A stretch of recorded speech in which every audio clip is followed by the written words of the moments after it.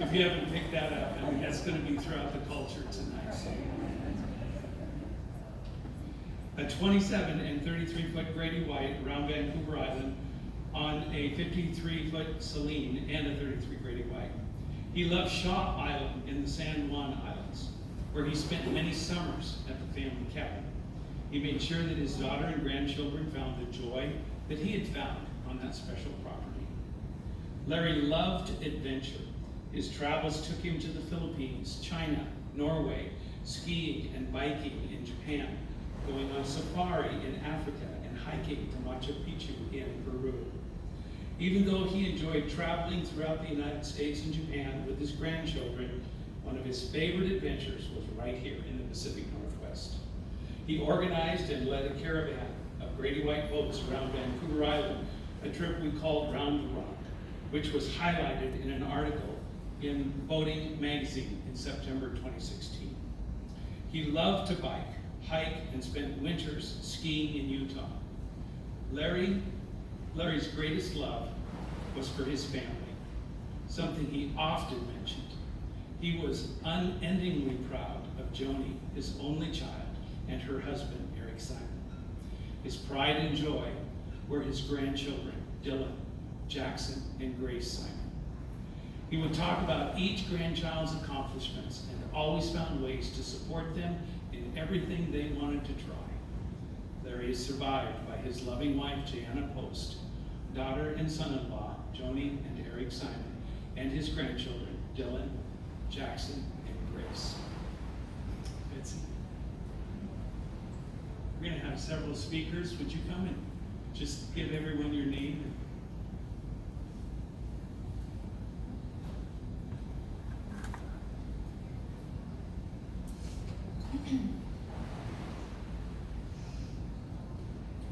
Hello, and thank you for coming to celebrate Larry's life tonight.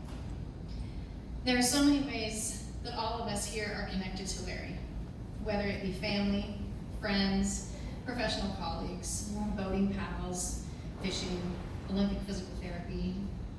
I know he had an impact on all of your lives. My name is Betsy, and I wanted to share a little bit about Larry and how he had a life-changing impact on me. Sorry. Both as a young PT and then as a mentor and a friend.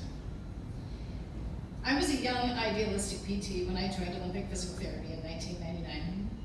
I admired and looked up to Larry and Jana, as well as the other owners, for creating what was such an amazing company. And I have to admit, I was pretty intimidated. So when circumstances allowed me to become an owner in 2005, to say that I was honored to be part of that group is an understatement. Some of you here were, but I say are, part of the Olympic physical therapy family.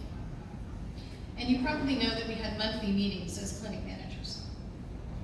Larry would sit at the head of that conference table in Bellevue, managing us managers.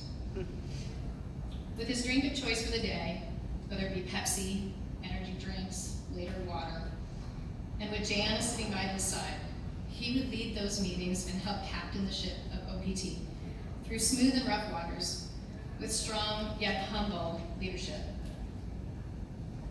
He was always learning, reading about best business practices and teaching us as owners. I did not know until I read his obituary that he got a master's degree in guidance and counseling, and now it makes so much sense.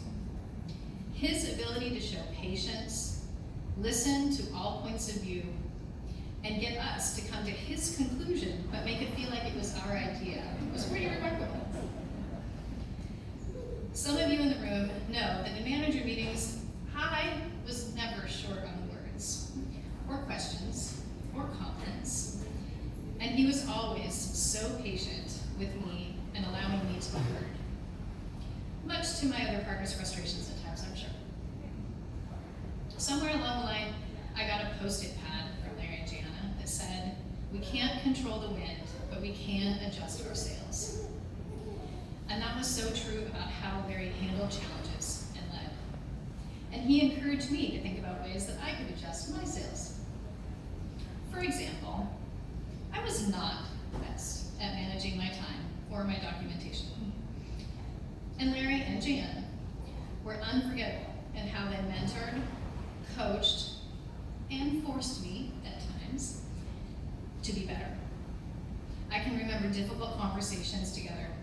were handled with respect, professionalism, and compassion. Larry was able to not only adjust the sails, he could do even better.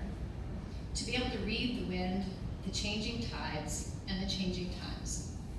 He was a forward thinker, a proactive captain, always looking out for his crew, what was best for us as employees and as owners, but also what was best for the profession of physical therapy. He guided us at Olympic PT and even physical therapists in the state, how to stand up for our value as professionals, how to negotiate meaningful contracts to better the profession, and even earned the Friend of Physical Therapy Award given to non-physical therapists by the Washington State Physical Therapy Association for further helping to advance our profession. Larry led Olympic physical therapy to success with conviction, fairness, humility, generosity, humor, intelligence, forward thinking, passion, advocacy. He worked tremendously hard, wore many hats, and was the best captain of our ship.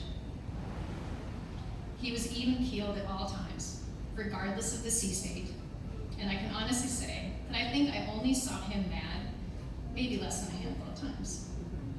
And even when he got mad, he seemed to have that signature sparkle in his eye, a gentle chuckle, and a smile.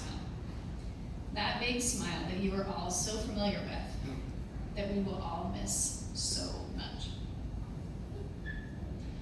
Later, after Olympic PT, Larry continued to be a gracious partner with me, a trusted mentor, and again, helped change the course of my life. I had the opportunity to join another practice to sell my practice recently, and Larry wisely advised me, expressed his confidence in me, and offered to help in any way he could.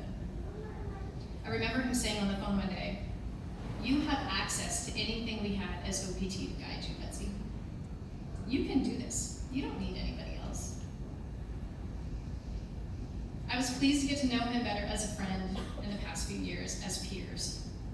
Although admittedly, I still hold him and Jana up here.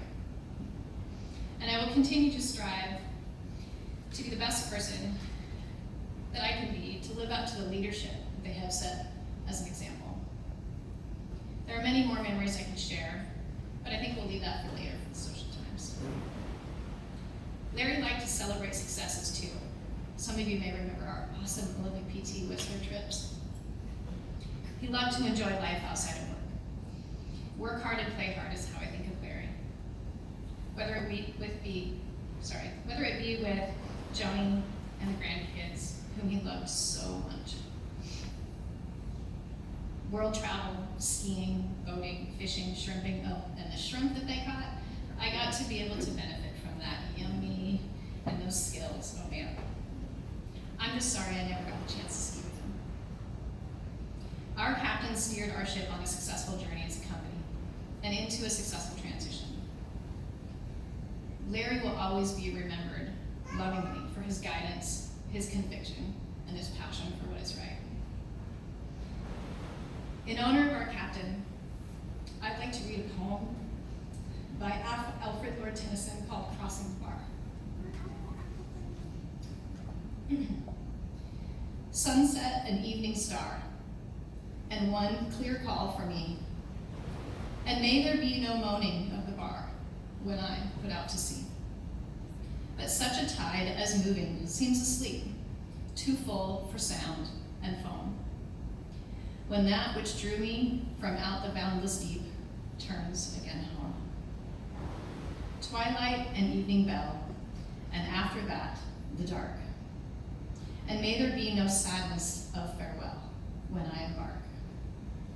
For though from out are born of time and place, the flood may bear me far, I hope to see my pilot face to face when I have crossed the bar.